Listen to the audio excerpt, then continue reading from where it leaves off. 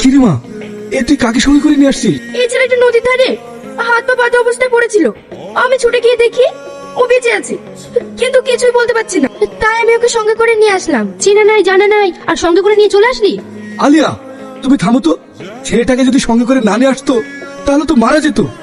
তুই খুব ভালো করেছিস রে মা। কিন্তু ও এখন থাকবে কোথায়? সে তোমাকে ভাবতে হবে না, আমি দেখছি। তুই ওকে ভিতরে নিয়ে যা। তোমার নাম কি?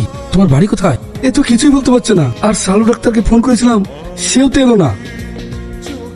জজ সাহেব, এনার তো স্মৃতিশক্তি একদম নষ্ট হয়ে গেছে, পুরোনো কথা কিছুই মনে নেই। এখন আমি কি করি? আচ্ছা ডাক্তারবাবু, ও কি স্মৃতিশক্তি কোনোদিনই ফিরে পাবে না? না না, এভাবে কিছু বলা যায় না। যে কোনো সময়ে ওর স্মৃতিশক্তি ফিরে আসতে পারে। ওষুধগুলো টাইম মতন খাইয়ে দেবেন। স্যার, আমি এখন আসছি।